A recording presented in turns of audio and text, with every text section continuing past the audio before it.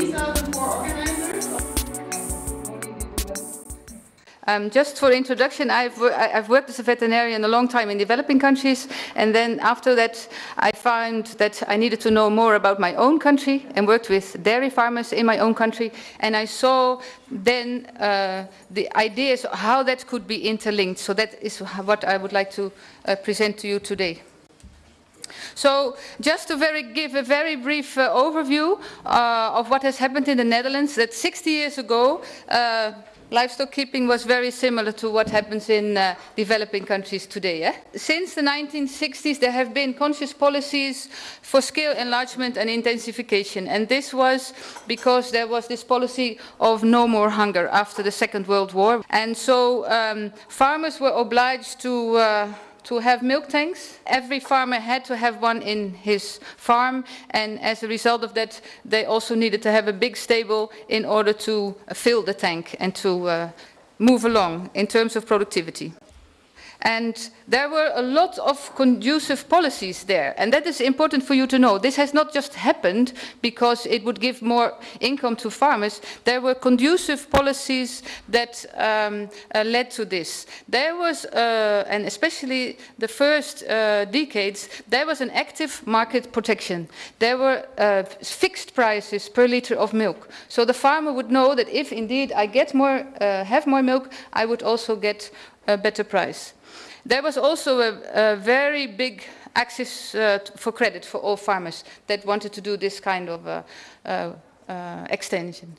Then there was an active support to the education, extension and research groups. That was lots of money was put into that as well. And there were rigorous disease control programs for the whole country. And there were also subsidies for chemicals like inorganic fertilizer and all that. And of course there was also like the artificial insemination and breeding policies were stimulated quite intensively, so leading to these Holstein breeds that were actually re-imported. It was the Dutch cows that went to the US, then they made them more dairy and they came back as Friesian Holsteins to our country.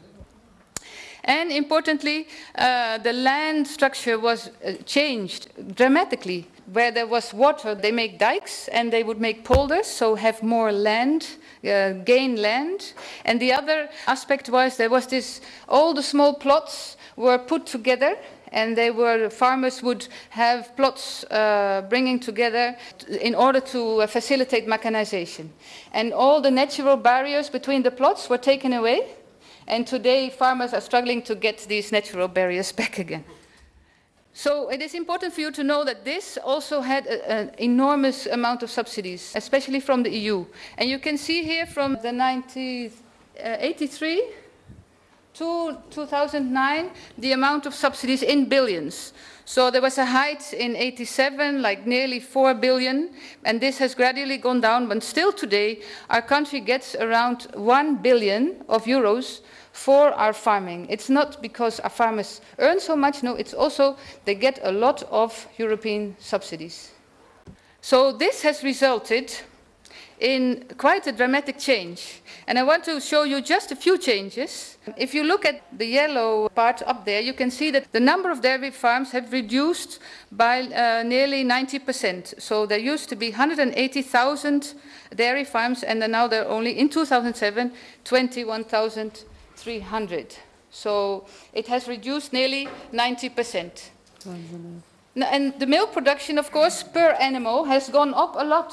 You can see that the milk production has gone up from 4,200 liters per cow per lactation to 7,800, and it is even more today. That was in 2007. So the milk production per cow per lactation has doubled in the process. And the other important thing that is important to know, that the labor productivity in terms of how much labor you need per liter of milk has increased a lot. Labor productivity per milk per hour was 8 in 1960, and it is 141. So there's much less labor. That explains why there's so reduced number of people working in dairy today. But the other element that happened was that the quality of the manure of the cattle reduced a lot. They started to be fed with soy and maize, and that gave a whole change also in the intestines and the rumen of the cow, and the manure quality changed a lot. It's not solid anymore, but it's very fluid. And one of the things that happened was there was such a big nitrogen ammonia loss to the air that we had a lot of environmental problems, acid rain, things like that. And so the government started to have a lot of environmental regulations. And one of the regulations is that all the manure today cannot be spread just over the field, but it has to be injected by big machines like you see here. The manure is inside the little wheels. They go into the soil and they will bring all the manure into the soil. All of this has led to a drastic reduction of soil fertility, both because of the quality and the quantity of the manure. This has resulted in a reduced farm efficiency in terms of nitrogen. In the 1950s, the nitrogen efficiency, or say the use of nitrogen in the farm, was very efficient. And because of the introduction of the system, this went down dramatically.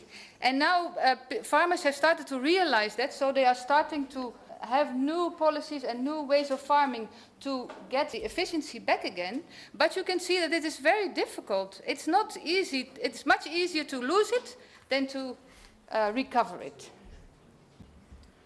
So what we can see now, actually, it's a bit of a funny thing, but it's actually what is happening, that our animals in our country are fed with soy from like Argentina and South America. We have a very intensive system in our country that produces much more than what we need, and with a lot of EU subsidies. And then this is being brought to other countries where other farmers may find themselves difficult to compete with that kind of production. So that's the reality and the history as we see today. And you see a beautiful farm. A farmer has 80 cows, and they're lovely, and the fields are green and beautiful, but there are lots of problems behind that you don't see. And so if you have like a very brief overview, you can say that there's a social problem, that over 90% has had to stop, so these people had to move out, and where did they go? Then there's also today, the farmers have a very low income because the income rate per liter of milk is very low. And that's our farmers, in fact, they seem rich, but they are not. And that's why still many farmers have to go out. And the other one is that the income prospects are also difficult because of the milk quota, and the subsidies will be abolished by 2015, so that will change the whole picture also.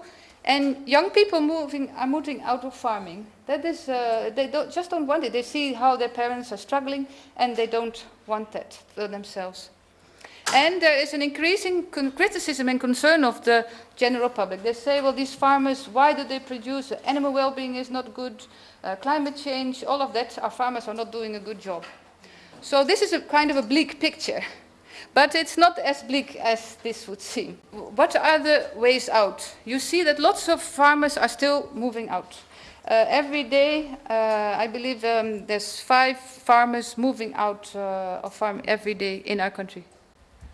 Now there's another option that the farmers, and that is increasingly so, our farmers move out to other countries. They start big farms in Eastern Europe, yeah, they go all over the place. Portugal also, yeah. They go all over the place. They're very, yeah. And of course they bring their system with them.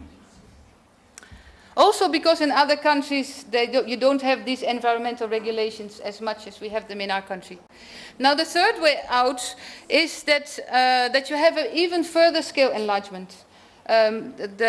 The farmers that move out, they will be bought up by their neighbors, and there will be a further scale enlargement with a higher technification, climate resistance floors, and they can absorb the greenhouse gases. The computerized milking systems are coming in. So all of this is also a big trend amongst our farmers. This is actually a view of where our pig production could be going. Completely transparent for the consumers. Yeah, artificial in a way. So this was actually not a reality yet, but it was like a projection of where it could go. But there are also other ways, and especially based on what farmers themselves are doing. You see that lots of farmers today, and about 40%, are diversifying their income. Are they looking for other income sources?